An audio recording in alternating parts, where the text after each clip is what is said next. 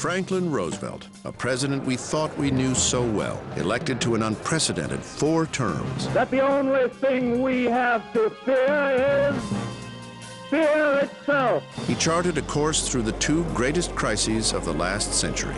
I have seen war, and I hate war. Roosevelt, a man of vision, ruthlessness, and relentless drive. But there was a private side, one that FDR tried so hard to conceal. A 24-year struggle with paralysis, an affair that almost destroyed his marriage, and the loneliness that darkened his final days. Rare home movies take us into his cloistered world. A private diary kept by a cousin details his dramatic physical decline. The president's breathing became very heavy. At that moment, the heavy breathing stopped. After 60 years, an infinitely more complex man emerges from the shadows.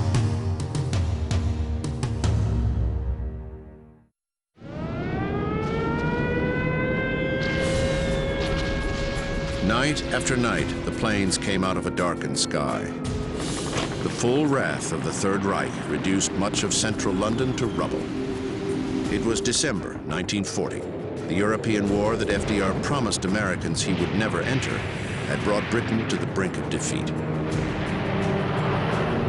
Working out of offices deep underneath Downing Street, Prime Minister Winston Churchill and his war cabinet were preparing for the onslaught of the Nazi invasion of Britain. Hitler knows that he will have to break us in this island or lose the war. If we can stand up to him, all Europe may be free. But if we fail, then the whole world, including the United States, including all that we have known and cared for, will sink into the abyss of a new dark age. Though FDR shared those sentiments, he was constrained by a pledge given on the eve of his 3rd election for the presidency in 1940. I have said this before, but I shall say it again and again and again. Your boys are not going to be sent into any foreign war. A popular promise made in the pursuit of power. Now he had to live with the consequences. Britain was going down the drain. Britain was about to be defeated. FDR saw it plainly. He could not get the American people to comprehend the level of threat that he felt. Hence, the isolationist Congress was like a brick wall for him. It was so frustrating. He didn't know what to do, how to crack the nut. FDR tried to inch the country towards engagement. The previous summer, he supplied Britain with a few mothballed destroyers, though not enough to influence the course of the war. But in a rare White House recording made on October 4th, 1940, he told Speaker of the House Sam Rayburn that any additional material support would be fiercely resisted by his own military chiefs. There'll be a lot of people that will say, my God, we ought to keep some of these planes back here. We haven't got enough of these planes to defend ourselves. We ought not to send every other plane over to England. We haven't got enough anti-aircraft guns for Boston, New York, Washington, D.C. And there'll be a demand that we pull right inside of ourselves, and keep everything we're making for our own defense. Roosevelt needed time to think, to find a way through the fog of war.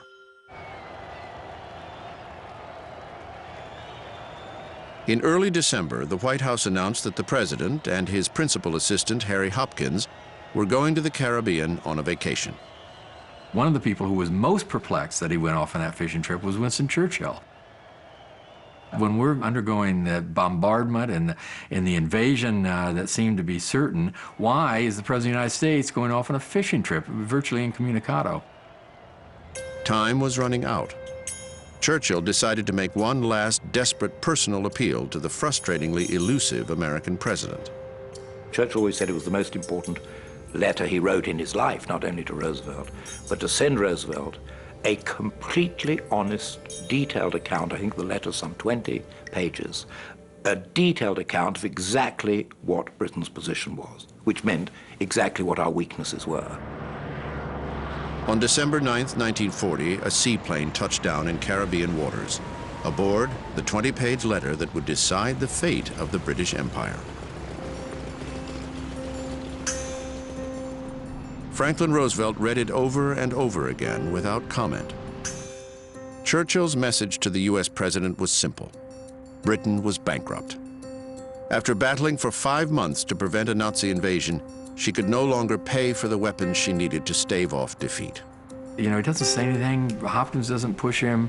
He just sort of, he's fishing, he's thinking, he's talking a little bit, but he's not really revealing what's on his mind. And then suddenly, one day, he gets with Hopkins and he starts talking about what if we were to give them the ships and planes and to lend it to them.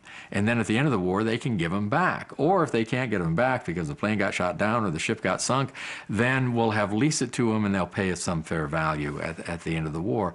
And that became known as Lend-Lease. It was classic Roosevelt. No one was consulted, not even Henry Stimson, the 74-year-old New York banker Roosevelt had nominated a year earlier to be his Secretary of War. Increasingly, Roosevelt was excluding his own cabinet as he drew decision-making into the White House.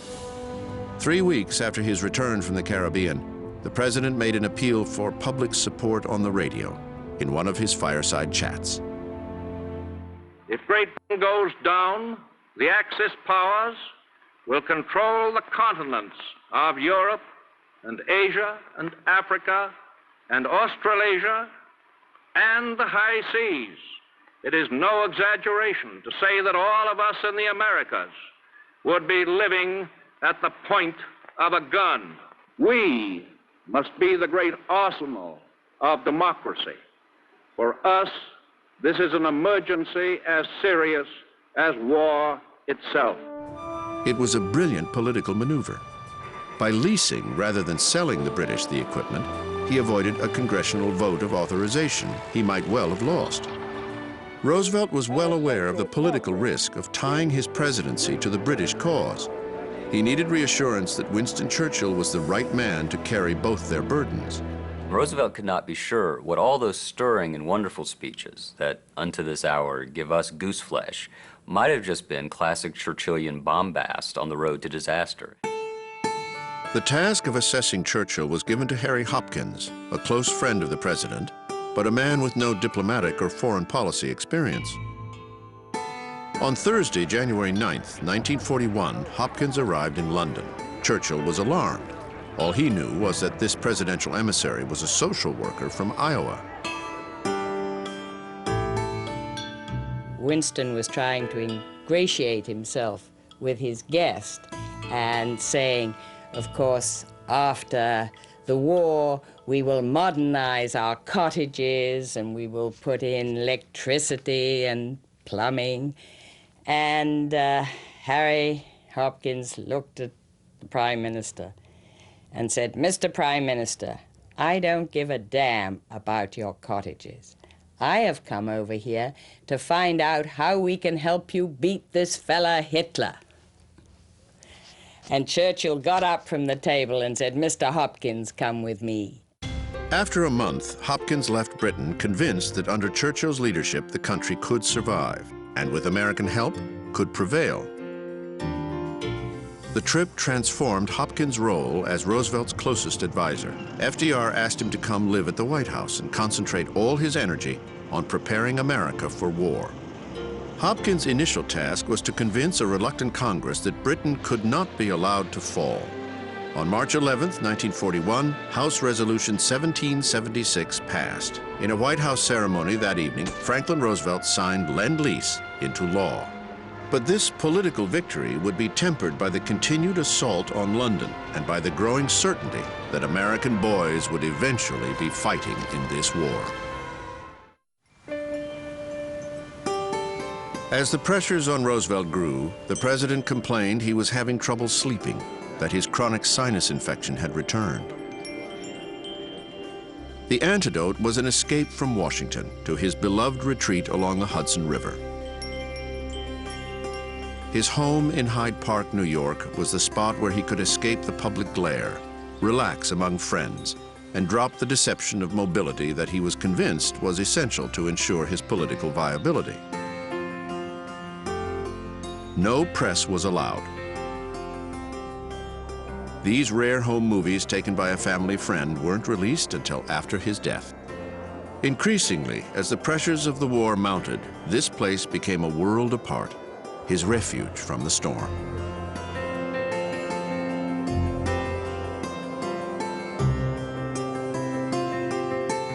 Missy LeHand, FDR's personal assistant and constant companion, joined him on these trips. She had been with him for more than 20 years during all the struggles that followed the onset of polio. She was Roosevelt's anchor, a woman who was willing to serve with total and complete devotion. She gave him, in a certain sense, the courage to keep going on when he was struggling to learn to walk again. It was she who watched him as he tried unsuccessfully to walk across a room with the sweat coming down from his face. And when Eleanor was out doing his political duties, Missy was really the companion who'd been with him. On the evening of June 4th, 1941, she was at Roosevelt's side in the White House. When he left the room to retire for the night, she suddenly screamed and fell to the floor unconscious. Missy, who was only 43 years old, had suffered a stroke and spent the remaining 3 years of her life a prisoner in her own body.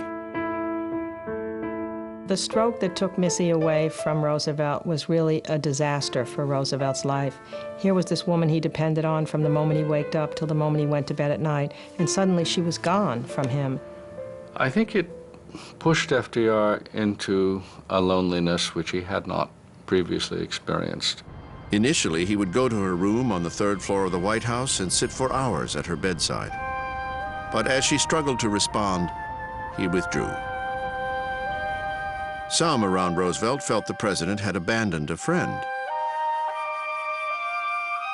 Harold Ickes, the Secretary of the Interior, wrote in his diary, "I have lost my affection for him. Despite his very pleasant personality, he is as cold as ice inside. Missy could pass from this life, and he wouldn't even miss her." But in fact, his actions belied what they thought was indifference, because he actually went at this period of time to his legal advisor, Basil O'Connor, and he told him he wanted to change his will so that half of his entire estate would go to take care of Missy LeHand, knowing that she might need it in her condition for the rest of her life. And O'Connor thought, oh my God, you can't do this. That means taking your own children out of your will. I can remember my uncles were pretty horrified when they heard that their portion of the estate had been set aside and Missy would get the income. And FDR, I think at the time, commented that my sons can get along perfectly well. I don't think this is the action of an unfeeling man, because this was a very substantial act of caring. But world events would give Roosevelt little time to agonize over the pain of losing Missy's companionship. In the summer of '41, the thunder of European guns seemed to be growing ever louder. On June 22nd, Germany surprised the world and turned against its Soviet ally. Hitler attacked along an 1,800-mile front from the Baltic to the Black Sea.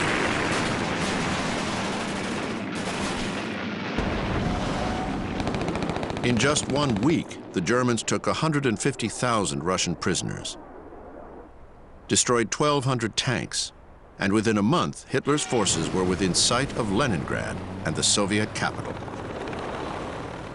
He was at the gates of Moscow.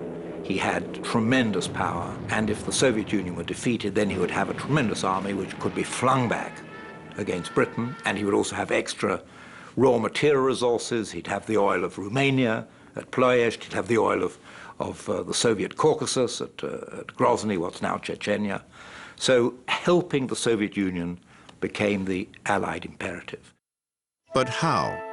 Roosevelt was convinced he needed to develop a personal relationship with Churchill to devise a common, unified strategy to defeat Hitler.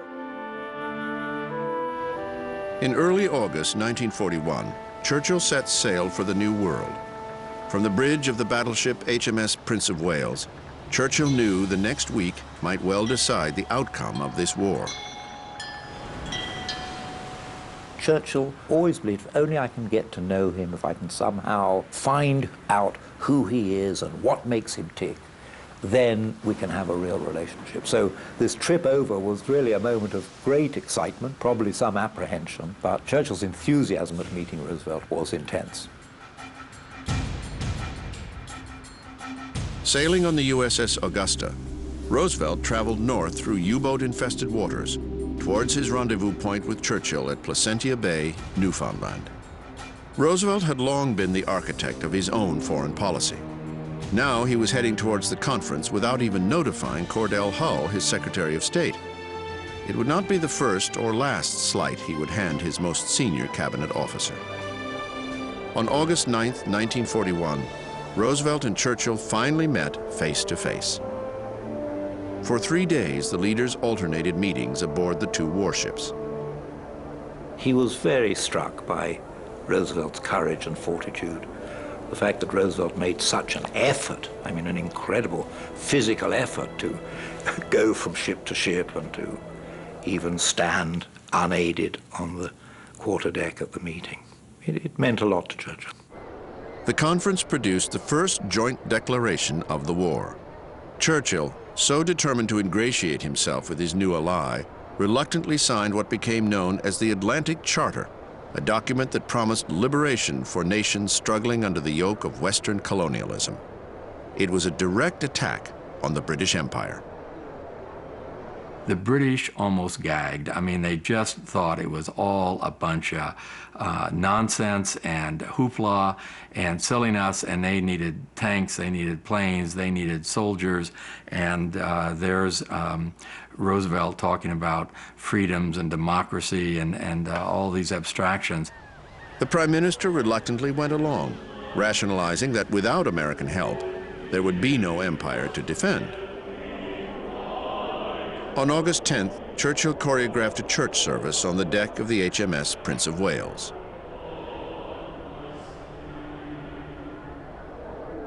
They sing, O God, our help in ages past, Eternal Father strong to save, and onward Christian soldiers.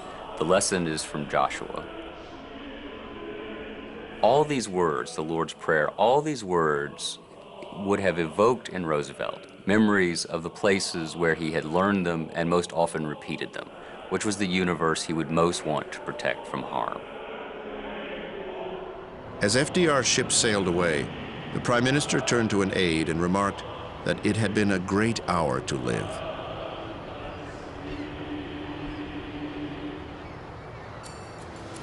But the central issue remained. Would Roosevelt get into the fight against Hitler soon enough to make a decisive difference? Then, on September 4th, an event out in the mid-Atlantic appeared to hand Roosevelt the pretext he needed. A German submarine fired on the USS Greer. I tell you the blunt fact that the German submarine fired first upon this American destroyer without warning and with deliberate design to sink her. But the Greer hadn't sunk, and there was no demand for retribution from the American public. Roosevelt would now have to balance the demands of a succession of international crises with a devastating personal loss. 3 days after the Greer attack, Roosevelt was summoned to Hyde Park to be at his mother's side as she lay dying. All his life, they had an unbreakable alliance and a powerful interdependence, a bond that excluded all others, including Eleanor. Sarah Roosevelt was buried 2 days later next to her husband in the country churchyard at St. John's Episcopal. He was in public stoical during his mother's funeral and stood stoically by the graveside as she was lowered into the tomb.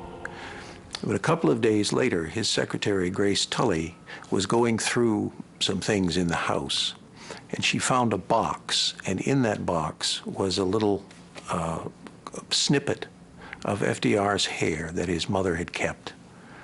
And she brought him the box, and she looked up and he was weeping. In quiet moments during the years that followed, he asked his daughter Anna to take him to the gravesite, where he would sit for hours.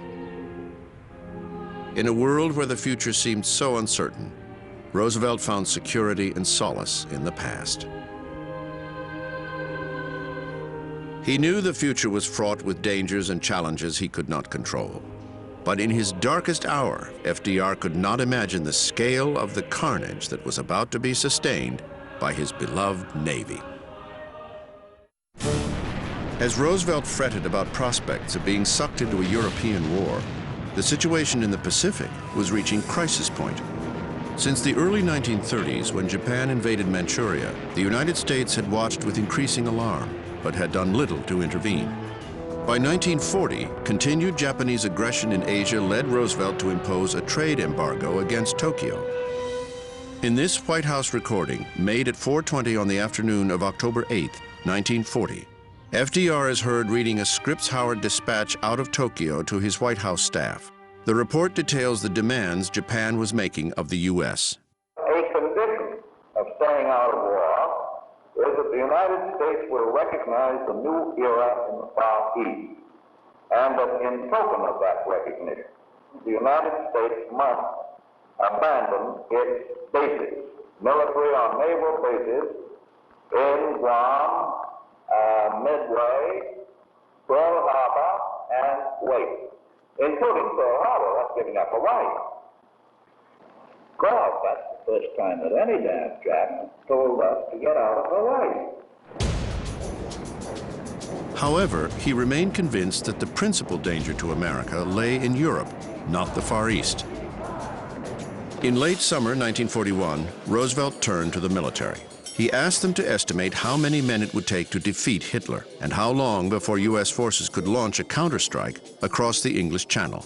Coordinating the study was Henry Stimson, FDR's Secretary of War and the administration's most senior Republican. The top-secret report, presented to Roosevelt at the beginning of December 1941, was codenamed Rainbow 5. The assumption was that if war came on two fronts, if the United States found itself in a war with both Japan and Germany at the same time, the allocation of resources would be 85% to the European or German theater and 15% to the Pacific, where the United States agreed to fight only a defensive or a holding action until the war against Germany was successfully concluded.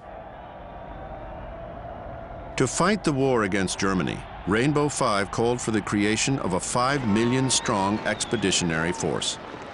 Those men would be ready to lead an invasion across the English Channel by the summer of 1943. Few in Washington knew about the report. Few, that is, until the whole plan was leaked to the Chicago Tribune. On December 4th, 3 days before Pearl Harbor, the Chicago Tribune came out with gigantic headlines: Roosevelt's war plan. This was supposedly a plan that armed services all agreed with, and it was a huge uproar. The America First people said this proved Roosevelt was a liar, you know, and pointed to his saying he'd never send somebody to foreign wars, and it was signed by Roosevelt, this war plan. It was a fantastic gamble on Roosevelt's part. A gamble because General Albert Wiedemeyer, the original architect of the plan, became convinced that the president was responsible for the leak. Wiedemeyer believed this was part of Roosevelt's clandestine campaign to get Germany to declare war on the United States first. 3 days later, Roosevelt would have his war, but not the one he expected or wanted to fight. We interrupt this program to bring you a special broadcast. The Japanese have attacked Pearl Harbor in Hawaii from the air. The attack shattered America's sense of invulnerability. 184 aircraft, launched from 6 Japanese carriers, caught the Pacific Fleet unaware.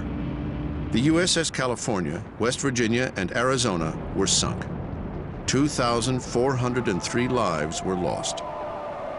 As the news came in from Hawaii, those around FDR, including Eleanor, observed an inscrutable level of detachment. When I did go in, I thought him looking very strained and tired, but he was completely calm. He just became almost like an iceberg, and there was never the slightest emotion. A suspicion emerged in the immediate aftermath of the attack that Roosevelt ignored intelligence warnings of the raid in order to finally have an incident that would propel the country into war. No compelling evidence to that effect has surfaced. Roosevelt and his generals did suspect the Japanese might try something, but not an attack of this scale and not directed at the heart of America's Pacific Fleet. The attack transformed the American political landscape. Isolationism collapsed overnight. On December 8, 1941, the Commander-in-Chief went before a joint session of a united Congress to rally a nation for war. Yesterday, December 7th, 1941, a date which will live in infamy. The United States of America was suddenly and deliberately attacked by naval and air forces of the Empire of Japan. No matter how long it may take us to overcome this premeditated invasion, the American people in their righteous might will win through to absolute victory. But one of the immediate problems Roosevelt faced was that the carnage was in Pearl Harbor, and that didn't fit the Rainbow Five scenario. There's a moment, a very frightful moment for Roosevelt and especially for Churchill, when they think that the cry for vengeance from the American public will be so irresistible that they will be compelled, Roosevelt will be compelled, to wage a premature war on a larger scale in the Pacific than sound strategic doctrine held. Winning the military over to this European strategy was made significantly easier for Roosevelt when Adolf Hitler declared war on the United States just 4 days after Pearl Harbor. 11 days later, on December 22nd, Churchill flew into Washington for a third meeting with Roosevelt.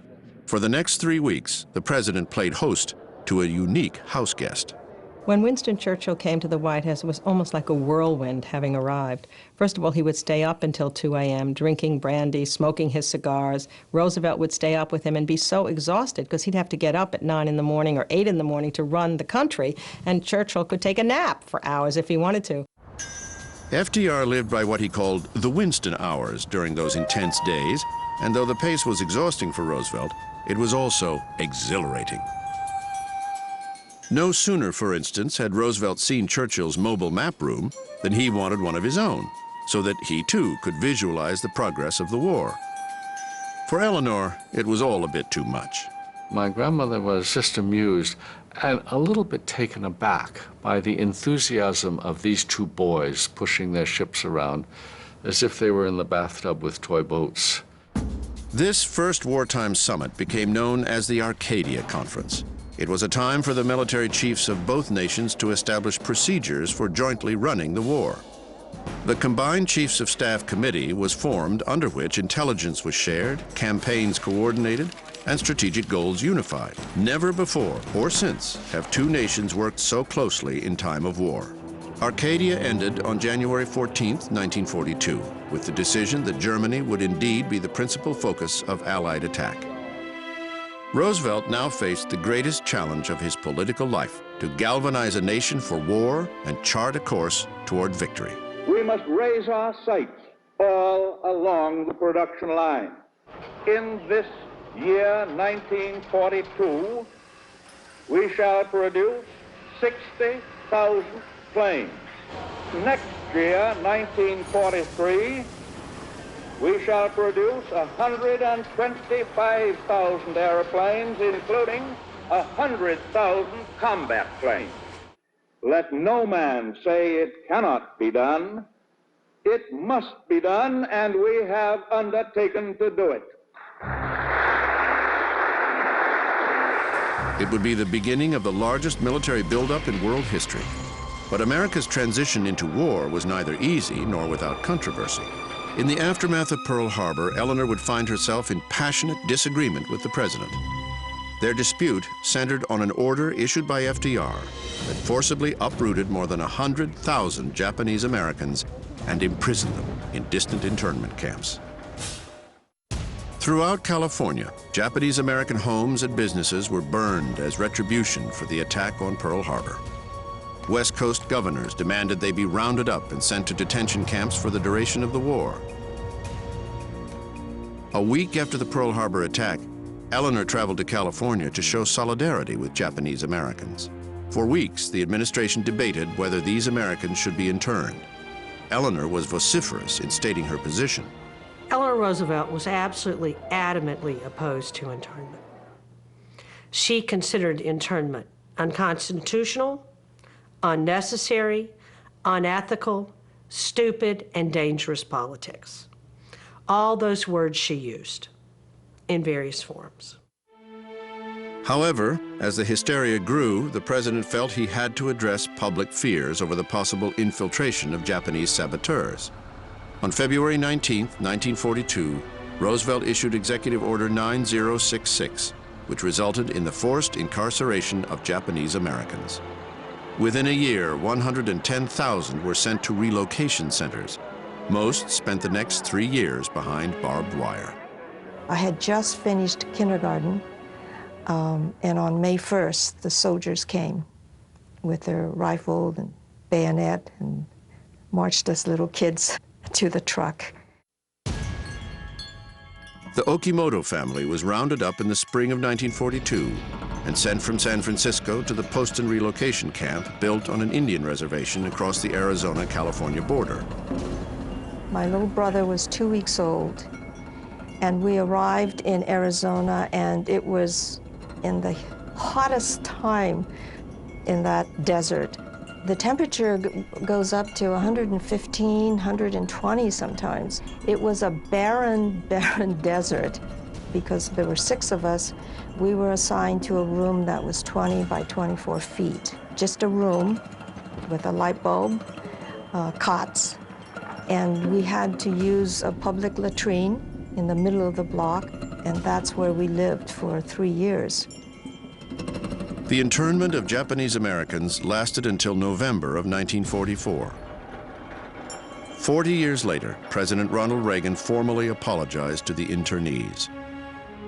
He embraced the finding of a presidential commission that said the policy of internment was militarily unjustified, that it resulted from race prejudice, war hysteria, and a failure of political leadership. But in the aftermath of Pearl Harbor, the civil rights of Japanese Americans weren't a priority for a president focused on victory. Let's remember Pearl Harbor as we go to meet the foe. By the summer of 1942, American industry was proliferating weapons of war, matching and even exceeding Roosevelt's ambitious challenge.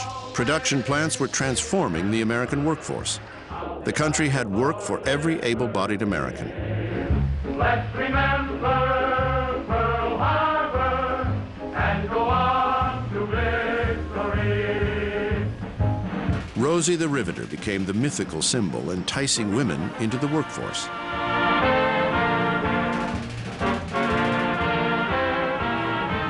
In September 1942, the President and the First Lady undertook a rare trip together, a 2-week inspection tour that took them from Michigan to Minnesota, Washington, and California.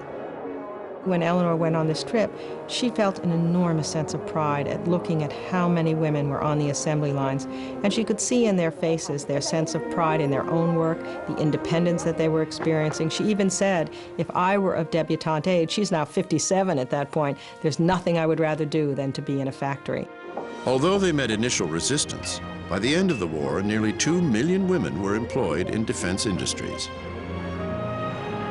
Now, Roosevelt had to assemble his military team. In 1913, his first job in Washington was as an assistant secretary of the Navy. Consequently, he felt he knew how the War Department worked and the kind of generals and admirals he needed to secure victory.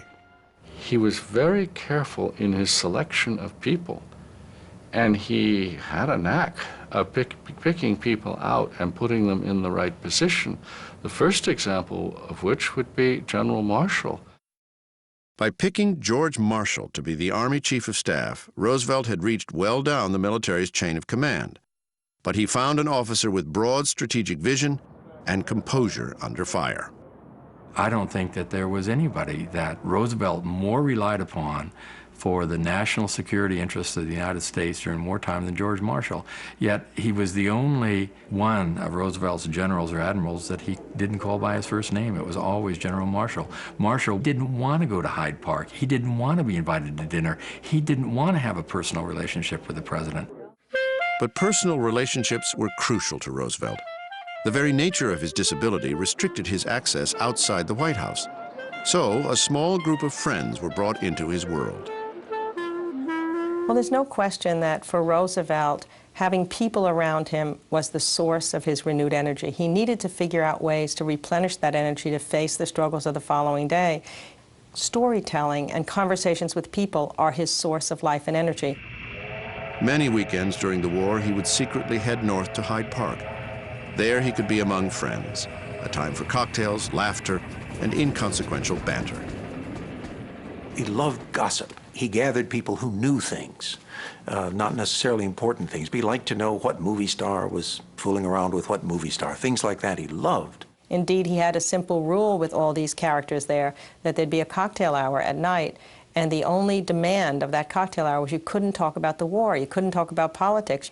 It was the one part of the day that was sacrosanct. Part of the ritual was that Roosevelt insisted that he act as bartender. His martinis were not that strong. 2 to 1. Although he'd throw in a little gin at the end. Very careful measuring, and then right at the end, pour a little more gin in. He also put in 2 or 3 drops of absinthe, changing the taste of a martini to where many people, and it's recorded, say, the president made the worst martinis I've ever tasted. Those sessions would keep the commander-in-chief going. But it didn't stop the war from escalating on all fronts. In 1942, the big picture was the possibility of a Russian capitulation. Stalin insisted that only the opening of a second front in northern France would save Russia from impending defeat. Also pressing the strategy were General George Marshall and many of the American chiefs. But Churchill strongly objected. He feared the casualties would be horrendous. For weeks, the Anglo-American allies spent their energies fighting each other. There were knockdown, drag-out, bitter fights. Marshall once said, you know, I spend all my days trying to sort out disputes between the Air Force and the Army and the Navy and between the British and the French and the Americans, and it's only at the end of the day when I get home and fix my first highball that I remember that I'm fighting the Germans and the Japanese. The coalition was in crisis before it had undertaken its first joint operation. Churchill would have to take another trip across the Atlantic to prevent a breach with Roosevelt. On June 19, 1942, the British Prime Minister flew to Hyde Park to bridge the divide separating the two Allied nations.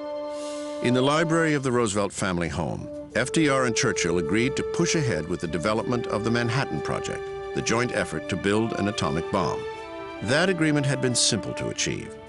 But as the leaders sat around the pool at Eleanor's home at Valkill, Churchill tried to convince Roosevelt to commit U.S. troops to a North African landing. It wouldn't require taking on German forces directly. Instead, Churchill was promising an easier fight against the Vichy French.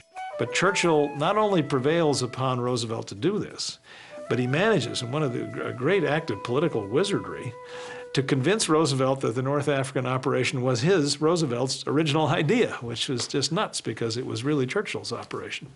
The American military chiefs of staff dismissed this as periphery pecking. Their objective was to knock out Germany's capacity to wage war by knocking out its industrial establishment.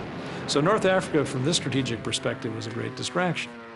To lead American forces into North Africa, FDR passed over 366 more senior officers to appoint General Dwight Eisenhower. Roosevelt told his family why. He has the best political mind of all the generals I have. Eisenhower hid it. Behind that warm smile and the joking manner and so forth was a steely mind. What FDR didn't know was that Eisenhower was one of the generals fiercely opposed to the operation he was now to lead.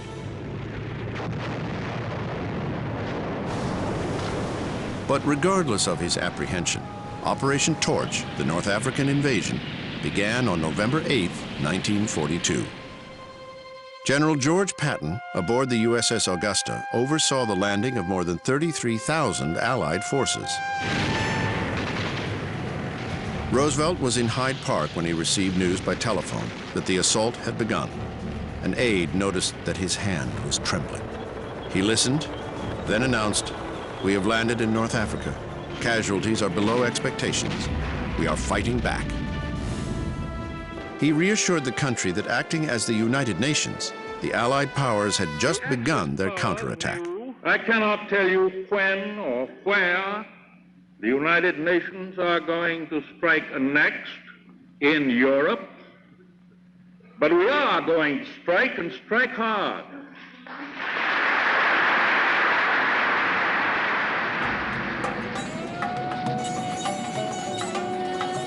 In January 1943, FDR and Churchill arrived in newly liberated Morocco for a top-secret conference at Casablanca. Stalin was invited, but insisted it was too dangerous to leave Moscow.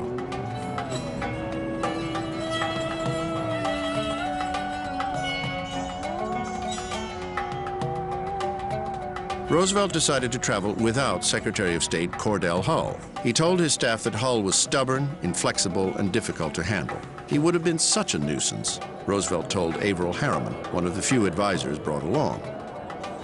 He relied instead on Harry Hopkins and Generals Marshall and Eisenhower.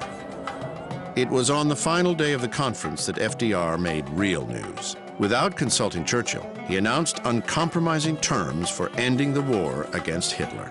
So then Roosevelt said, "I feel that victory against Germany, true victory against Germany, can only be achieved by unconditional surrender." And he looked at Churchill as if, of course, we agreed on this and so forth. And Churchill was absolutely flabbergasted. And moreover, standing behind Roosevelt was George Marshall, Dwight Eisenhower, and a whole slew of other American generals, all of whom loathed the idea, because it was only going to make the Germans fight harder. But the purpose of Roosevelt's announcement was to stiffen Russian resolve, prove to Stalin that he should hang on, that America was serious about defeating Germany and intended to fight to the bitter end.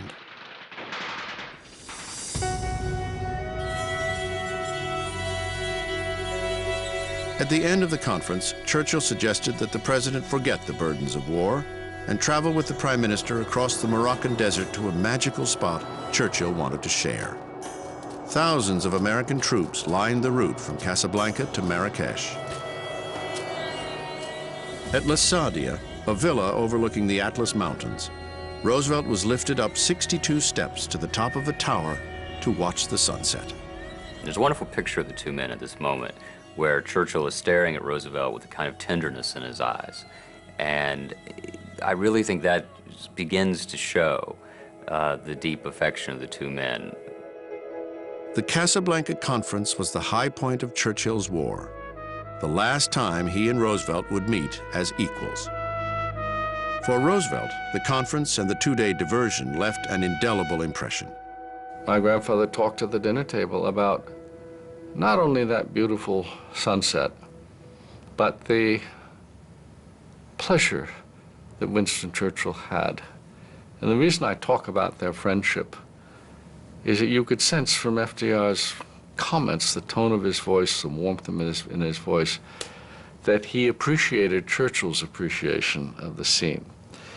I can assure you that FDR would not have been carried up the 62 steps to get up into the tower unless it was because his friend wanted it. But sadly, there was someone missing that first night home after a journey of 8,000 miles, an absence that, for FDR, compounded a growing sense of isolation. When Franklin returned from Casablanca, one gets the feeling that he couldn't wait to tell Eleanor all about what had happened there with Churchill, and so many stories to tell. And just as when he was a young boy, when he'd come home from college or home from school, his mother would be there with welcoming arms, he goes into the White House hoping that she will be there with welcoming arms. But sadly, when he gets there, there's a handwritten note from Eleanor saying, "Welcome home.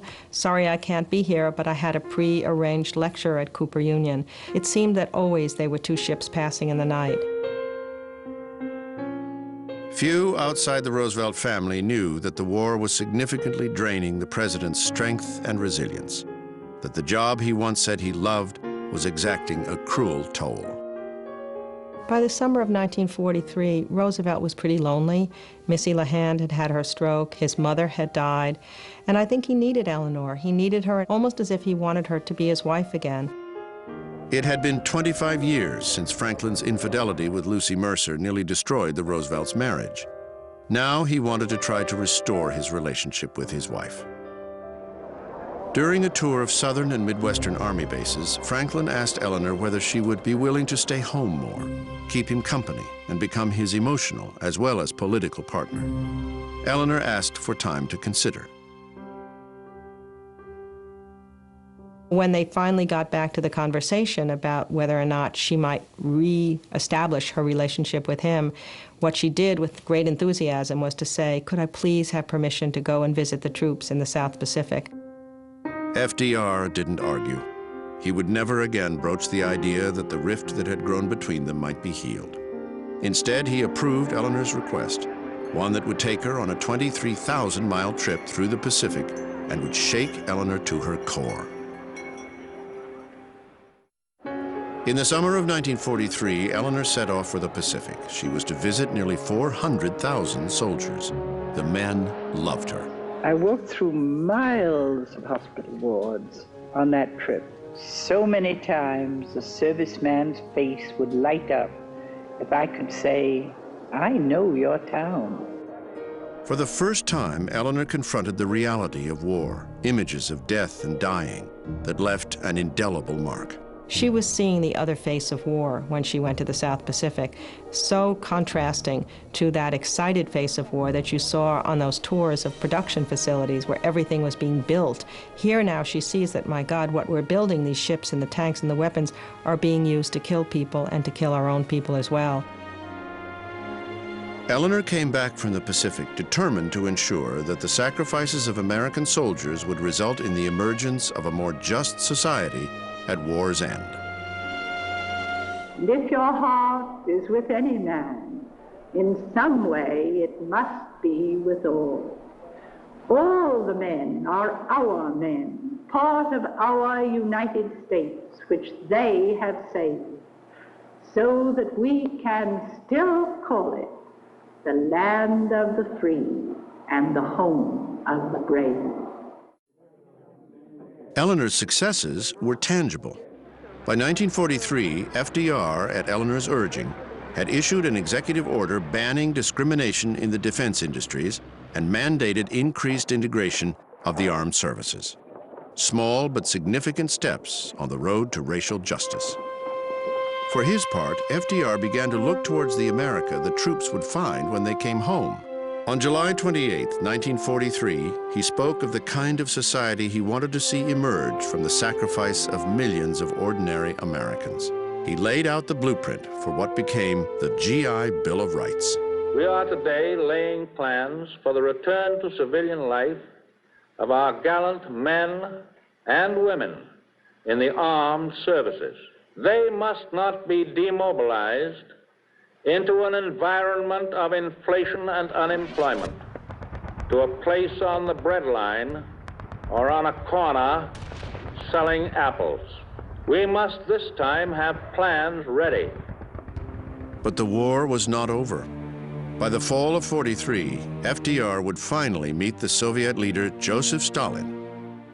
Churchill warned the president that the Bolsheviks weren't to be trusted.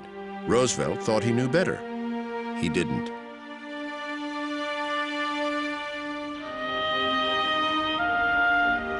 On the Soviet front, the tide had finally turned. Russian troops defeated the Nazis at Leningrad and Stalingrad. Hitler's troops were now in headlong retreat as Soviet divisions moved toward the Polish eastern border.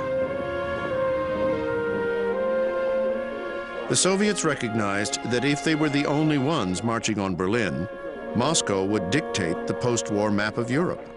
I believe Stalin was already calculating what the post-war world would look like, and that what had to come out of this war, the price that the Soviet Union paid was so heavy, was so dire, that he wanted them to dominate the continent.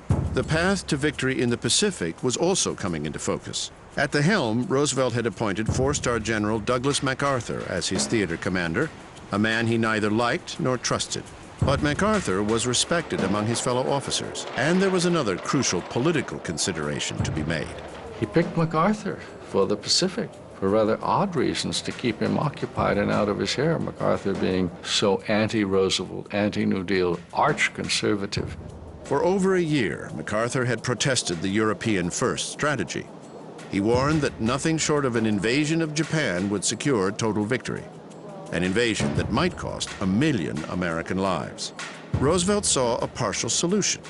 He would get the Soviets to end their policy of Asian neutrality and join the fight. No one yet knew if the atomic bomb would work, if it would be available in time to be used, either in Europe or in Japan, what its effect might be. There were huge question marks about that particular piece of technology. So there was a lot riding on the idea that it would be the Soviet entry that would finally crush Japan's ambitions in Asia.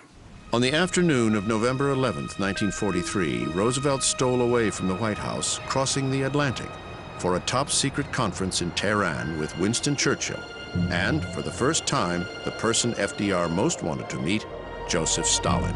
He was hopeful that Stalin would come to understand that the United States was not an aggressive imperial power, that we had no long-term designs on destroying the Soviet system or Soviet government. Before the first session, Roosevelt warned Churchill that he intended to poke fun at the British Prime Minister's bulldog determination. Really, what he was trying to do was to ingratiate himself with Stalin at Churchill's expense. Despite the advanced warning, the ridicule proved difficult to accept for the notoriously insecure Prime Minister. I think he was humiliated by it. I think he was angry but stoical.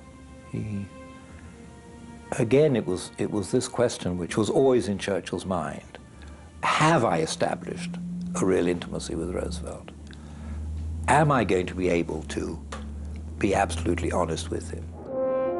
Whether Roosevelt felt the strategy worked remains unclear. However, Tehran did produce tangible, if controversial, agreements. He signaled to Stalin at Tehran very, very clearly, I think unambiguously, that the United States would give the Soviet Union a fairly free hand in the areas of Eastern Europe that the Red Army liberated in the course of the fighting in World War II. Stalin, it seems to me, quite understandably came away from that meeting thinking that he had the approval of Franklin Roosevelt for being the dominant power in Eastern Europe at the war's conclusion. A tacit understanding given, in part, to win Soviet agreement to take on Japan after the fall of Germany. FDR returned to Washington claiming he had secured a breakthrough at Tehran, that he'd established a close personal relationship with the Soviet leader. He gave an upbeat assessment for the weekly newsreels. I may say that I got along fine with Marshal Stalin. He is a man who combines a tremendous, relentless determination with a stalwart good humor. And I believe that we are going to get along very well with him and the Russian people. Very well indeed. Privately, Roosevelt later told Eleanor that the greatest challenge he faced was to win Stalin's trust. My husband said, Stalin has no faith in us at all. So I think the only thing we can do, since we must stay together as allies and trust each other as allies, is to see to it that from now on, whatever we promise, we keep our word. And not only we keep our word, but we see to it that the British keep their word. As 1944 began, Roosevelt was about to face the rigors of yet another presidential campaign. By now, his body was wearing down. His energy and drive were waning. His closest friends feared he might not live to relish the fruits of a battle won.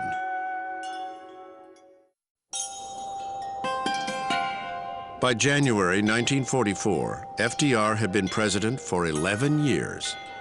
Yet after all this time, the president still found it necessary to remain secretive, to restrict information, not just from his contemporaries, but also from history. He left no written record behind. He didn't want note-taking done at cabinet meetings. If he'd had his way, all the records of his meetings with Stalin and Churchill and other heads of state would have been destroyed. One private record was kept. It was written by his distant cousin, Daisy Suckley, who was his nearly constant companion during the last year of his life. Her diary, discovered in a suitcase under her bed 50 years after Roosevelt's death, provides a unique insight into what would be the final year of Roosevelt's life.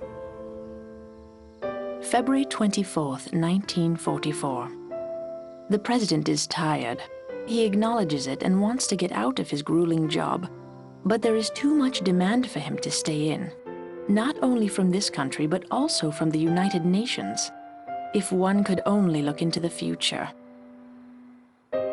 It is through Daisy's eyes that we learn about the rapidly declining health that for too long was obvious to Daisy and the president's daughter, Anna, who had come to live at the White House. They observed an inability to concentrate and his frequent complaint of severe headaches, symptoms that troubled the two women far more than they appeared to worry the president's own doctors.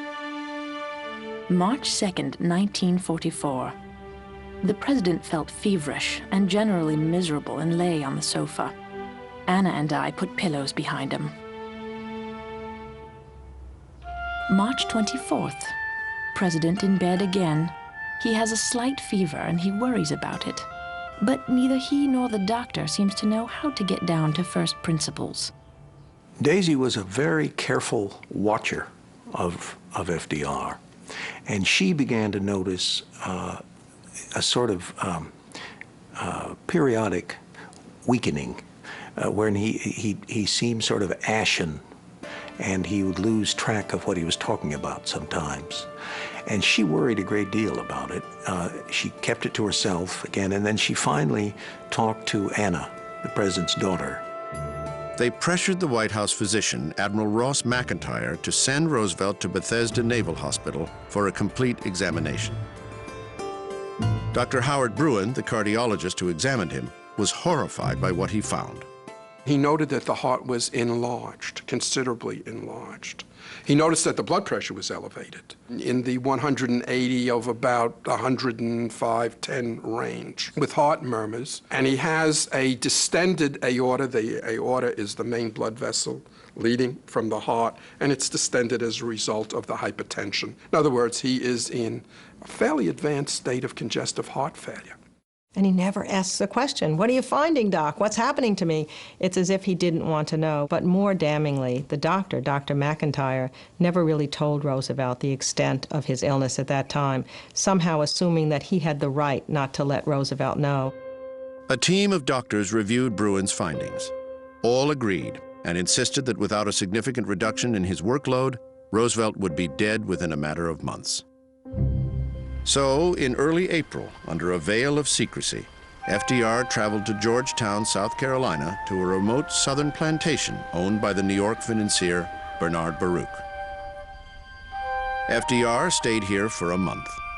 With him was his devoted Daisy, there to ensure the president adhered to doctor's orders. He reduced his work week to 20 hours a week. Can you imagine? This is the man running a global war, as well as trying to be president of a great country, and he's been told you can't work more than 20 hours a week. It was a time to adjust to the strict changes insisted on by Bruin and his team. His daily smoking habit was cut from 20 cigarettes a day to 10. For the first time, the presidential diet was monitored, a decision that didn't sit well with the patient. April 4th, 1944. The dietitian evidently is not prepossessing. Franklin wants to get rid of her, thinks he can do better himself, and is seriously thinking of having a gun brought to him so he can simply shoot all the disagreeable people who keep coming back all the time. But Roosevelt's recovery was painfully slow.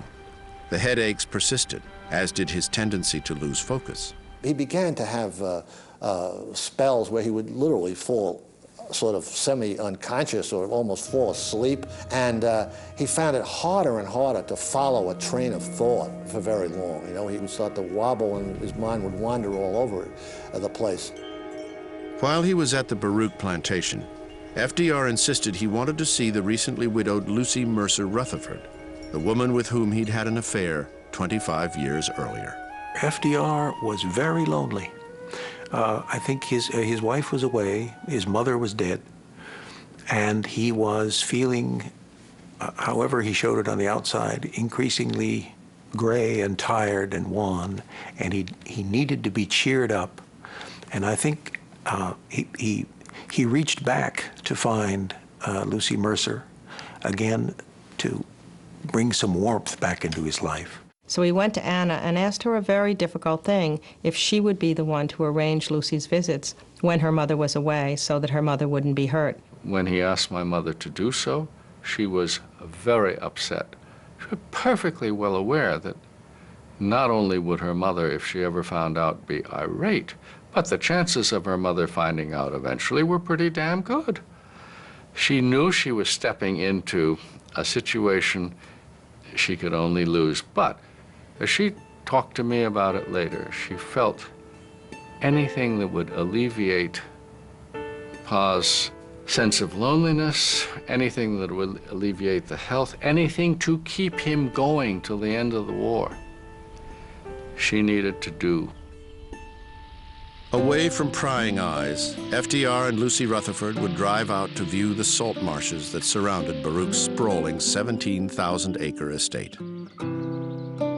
This was not the rebirth of a physical relationship, just two old friends with shared memories that reached back to happier times, an escape from military pressures as the long-awaited Allied invasion across the English Channel loomed ahead. June 6, 1944, D-Day. FDR and Churchill ordered more than 150,000 men into action, deployed across the English Channel on 5,000 ships, the largest armada in history.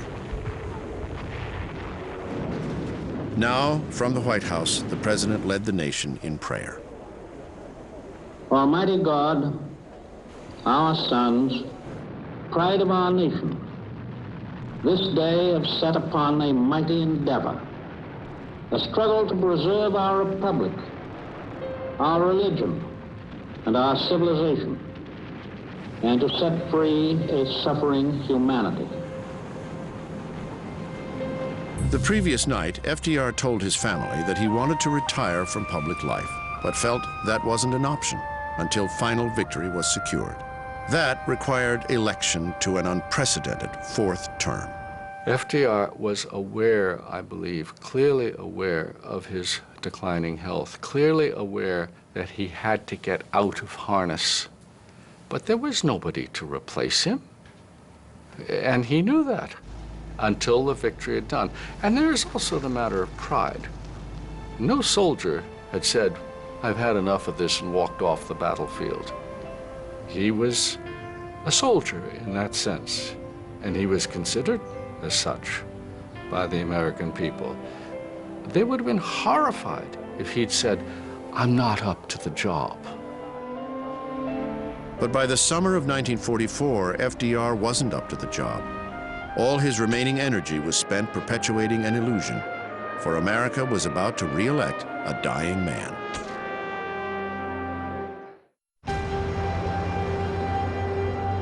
In the late 1930s, despite evidence of increasing Nazi anti-Semitism, the State Department opposed liberalizing immigration quotas for German Jews.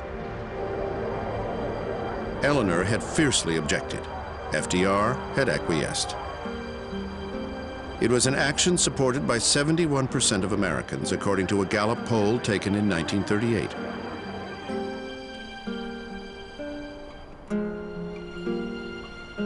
Late in the war, anecdotal reports of Nazi death camps were heard in Washington, but it wasn't until the summer of 1944 that the military first requested that rail lines leading to Auschwitz be bombed.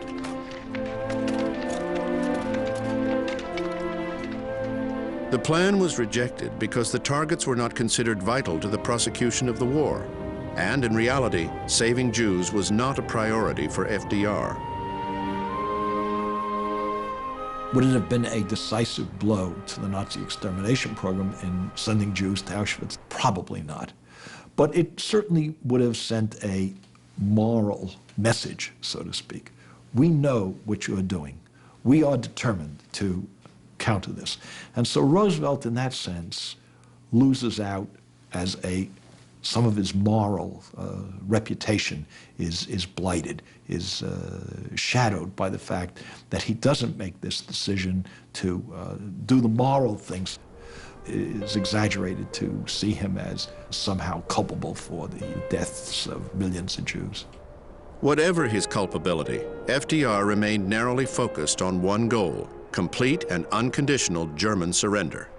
Victory, he argued, would save the Jews, and every ounce of his diminishing strength would go towards that end.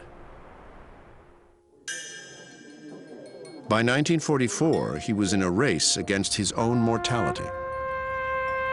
The country had been told nothing about Roosevelt's medical condition. Only Doctors McIntyre and Bruin knew the complete story. But for his staff, those who frequently saw the president, the medical crisis was unmistakable. FDR's deterioration is vividly remembered by one of his Secret Service agents, Floyd Boring, who protected FDR from March 1st, 1944, until the day he died. I noticed it, and I'm sure the rest of the agents noticed it too.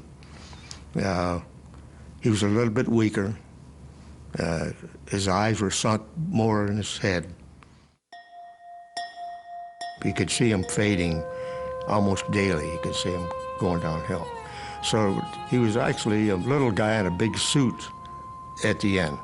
He had gotten down to where he was not physically able to do the job. But he was determined to summon the strength needed to withstand the rigors of one final campaign. On the evening of July 21st, 1944, his name was placed in nomination for a fourth term at the Democratic Convention in Chicago. Present to this convention for the office of President of these United States, Franklin Delano Roosevelt. FDR did not accept the nomination in Washington. He was aboard his presidential train, the Ferdinand Magellan, in San Diego, California. Accompanied by his son Jimmy, he was en route to Hawaii for a meeting with General MacArthur about Pacific strategy. As he prepared to give his acceptance speech, his whole body suddenly contorted in pain. He suddenly turns to Jim and he said, "My God, I have terrible pains. I don't know if I can go through this." And he said, "Stretch me out on the floor, loosen everything," you know. He was pale.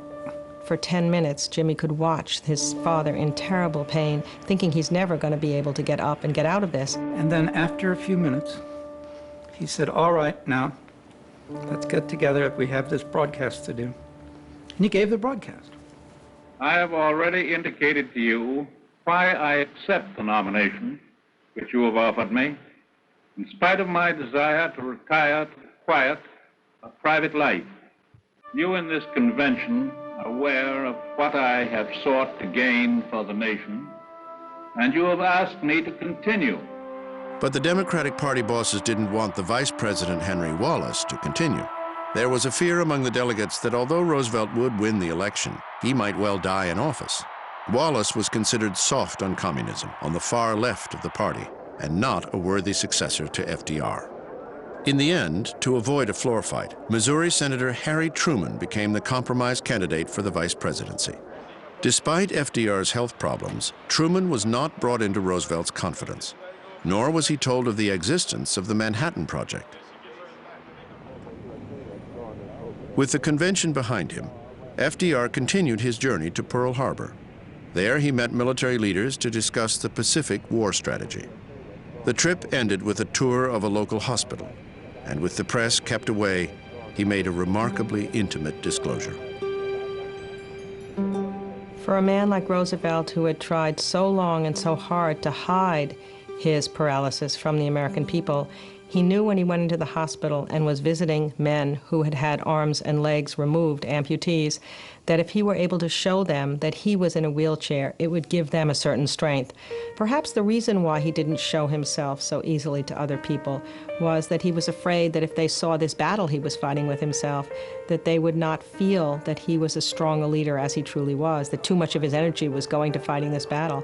But he won that battle magnificently.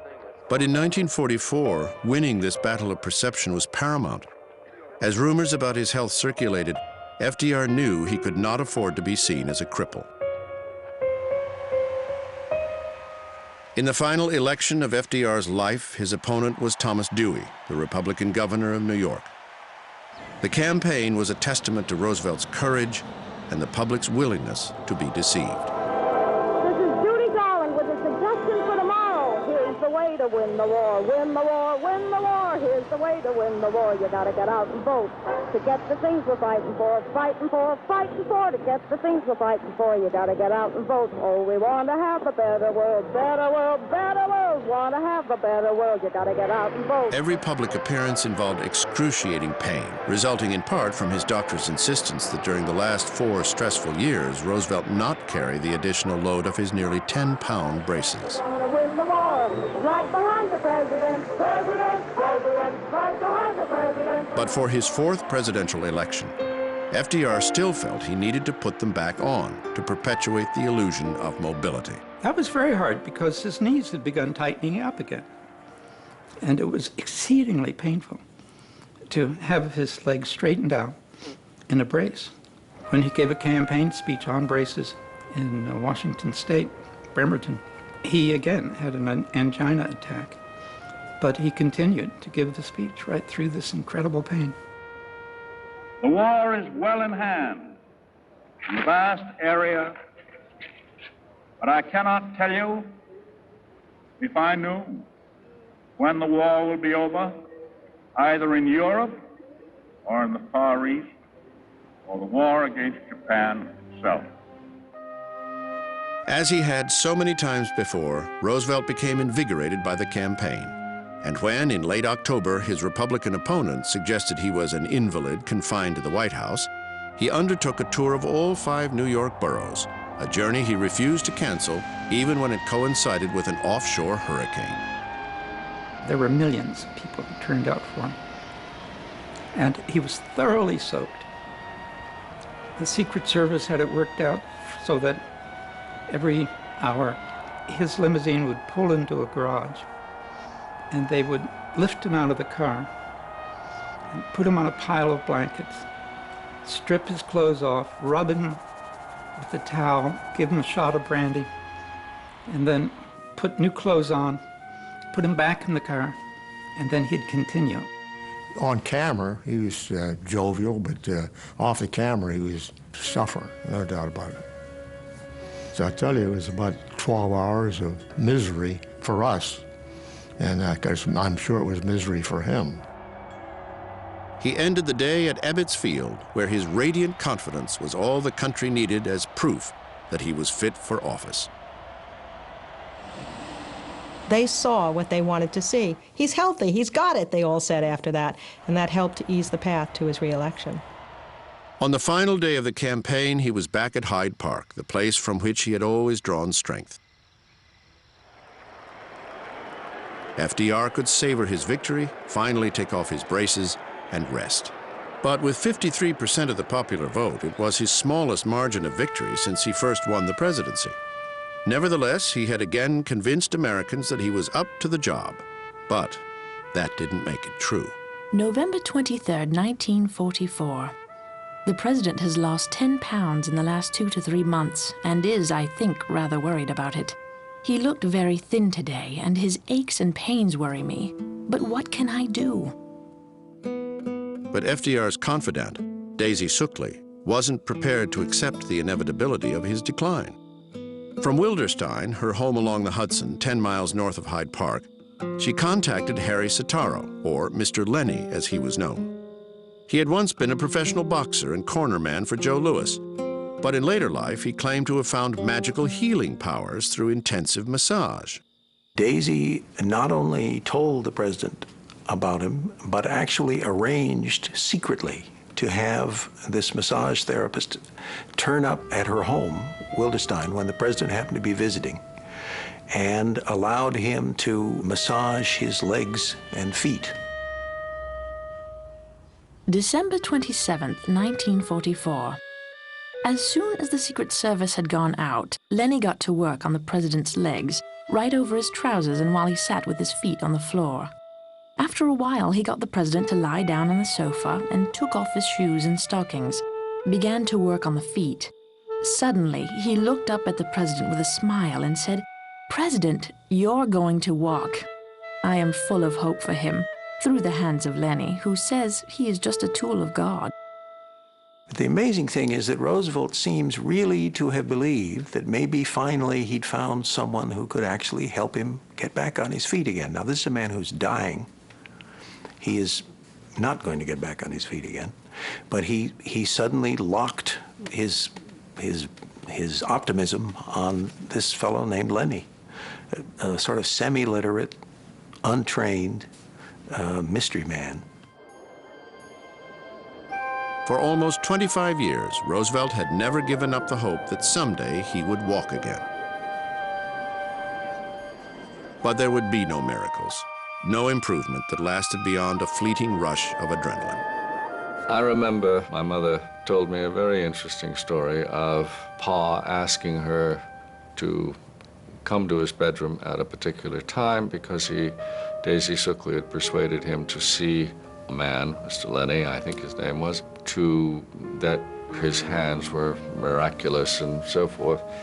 And that my mother just commented, well, another one, but Pa will not give up. Roosevelt was exhausted, but there was no time for rest. Ahead lay another conference with Stalin, this one at Yalta in the Crimea, a 10-day journey across the Atlantic in the dead of winter. This would be FDR's last opportunity to influence the direction of post-war Europe.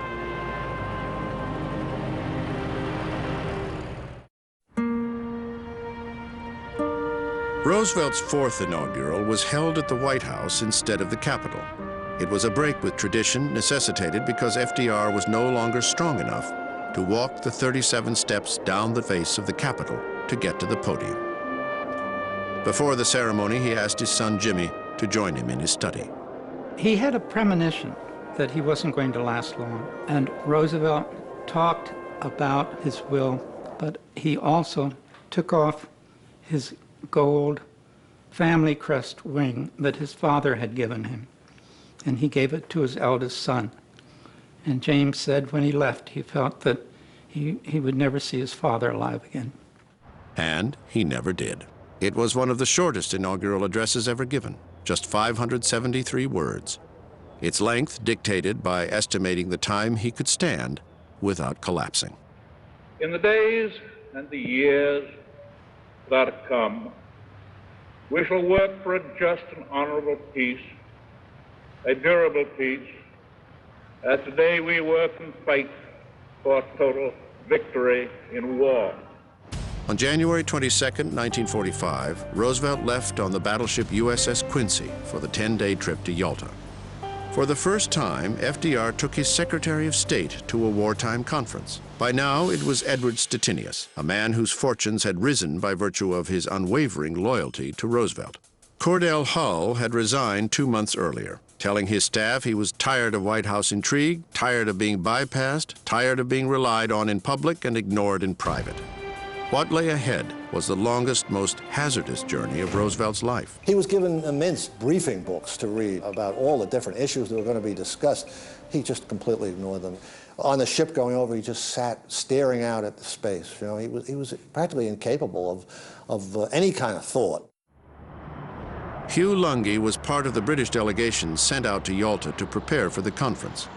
He met Roosevelt when his plane landed at Saki Airfield.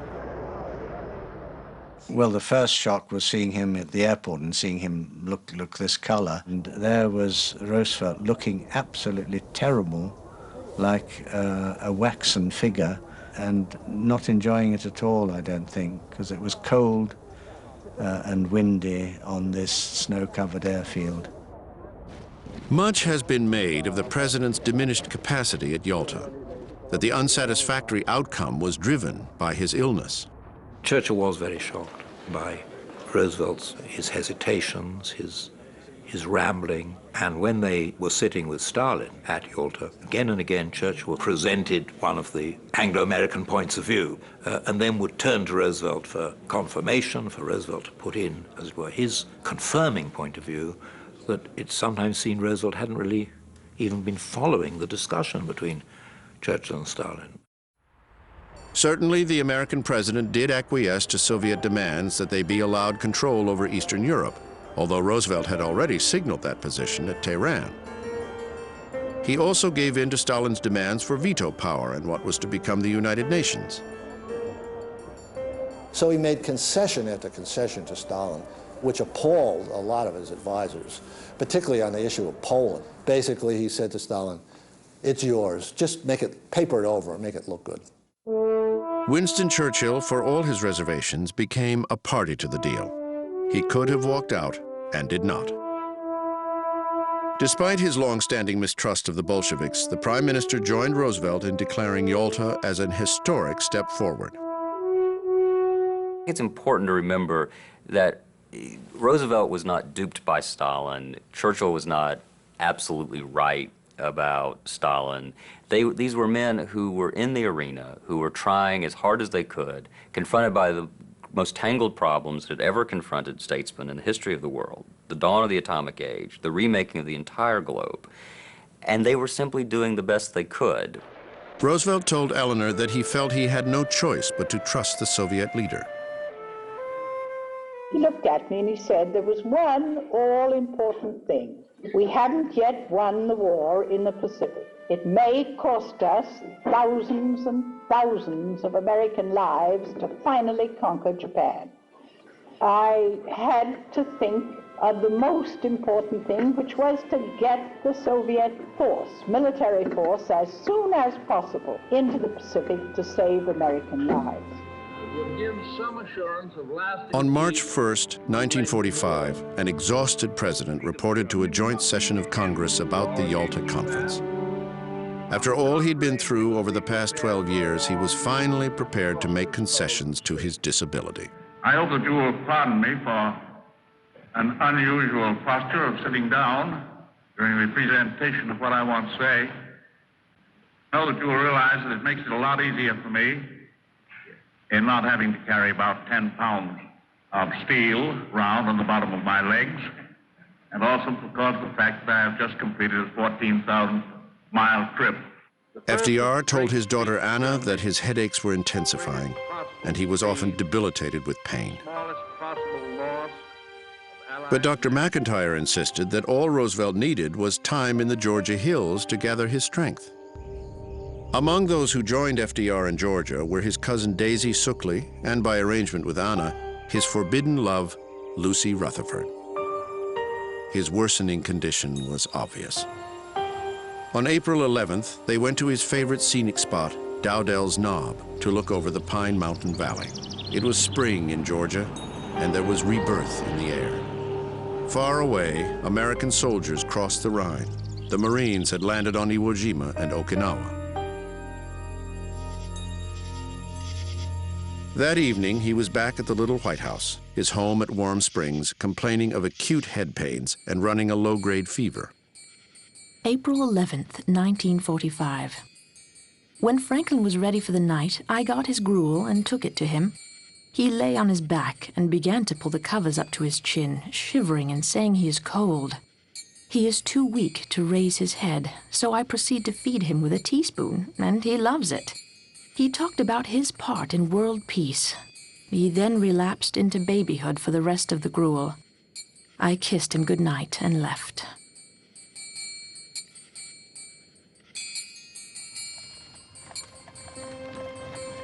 April 12th, 1945.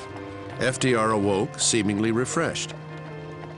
Elizabeth Shumatov, a Russian artist, arrived to work on a portrait of Roosevelt.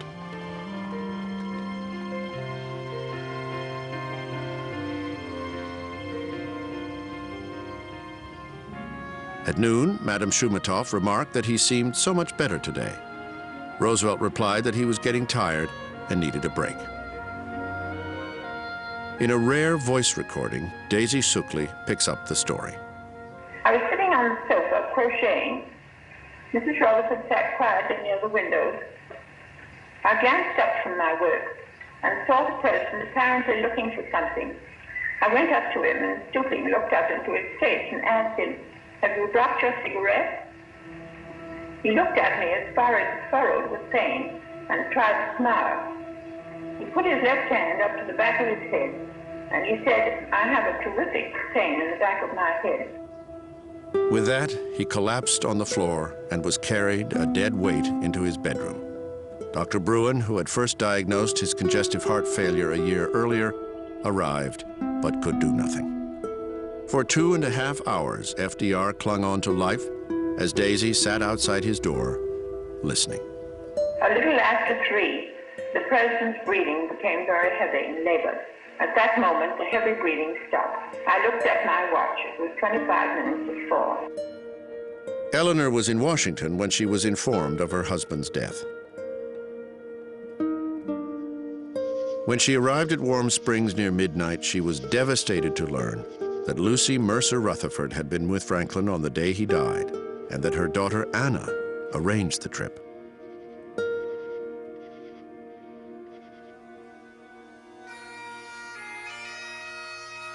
The next day, FDR's body left Warm Springs for the final time. Alone for the long train ride to Washington, Eleanor watched as thousands upon thousands lined the railroad tracks to pay their respects. It was the beginning of a personal reassessment.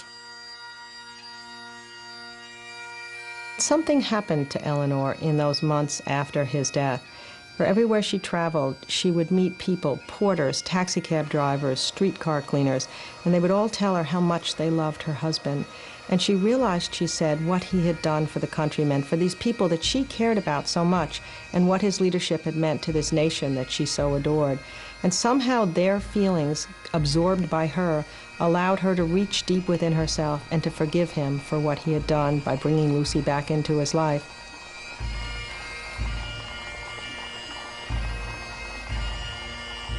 There would be no state funeral for Franklin Roosevelt. He had insisted it would be inappropriate with American boys dying on battlefields in distant lands. Instead, the caisson was borne slowly through the streets of the nation's capital to the White House, a time for Americans to reflect on what they had lost.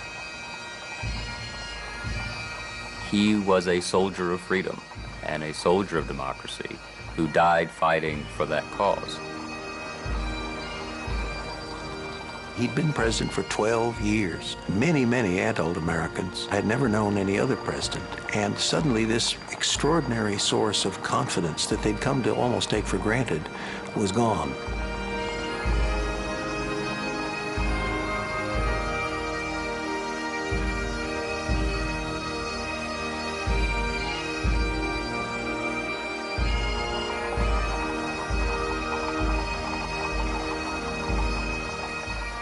The reaction to his death went beyond the loss of a wartime leader. It reached back to earlier times, to a personal connection established between this president and the American people, an appreciation of the distance they had traveled together. One mourner told a journalist, "I never knew Roosevelt, but he knew me."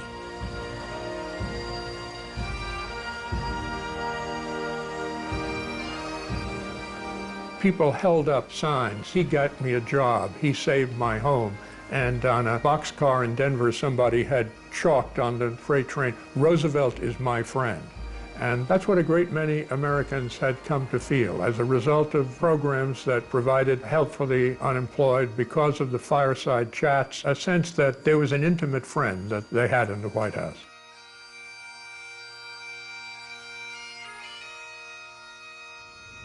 His final resting place was at the very center of his universe, in the Rose Garden at Hyde Park.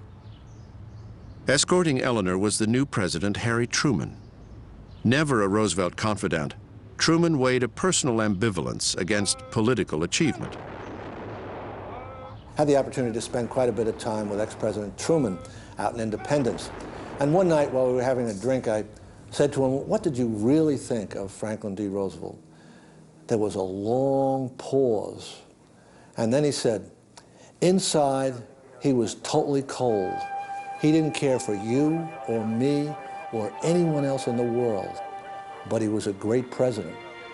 He brought America into the 20th century.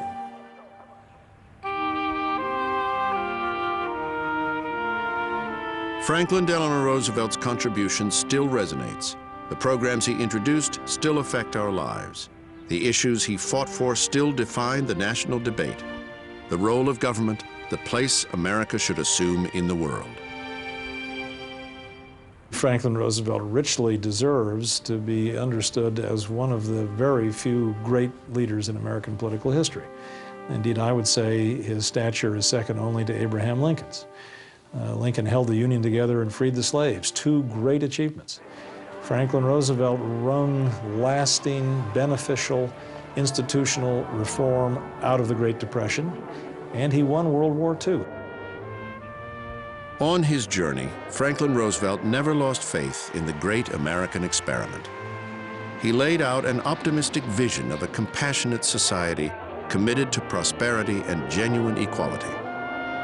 60 years later, it remains a tantalizingly elusive dream, but Franklin Roosevelt carried us miles down that road.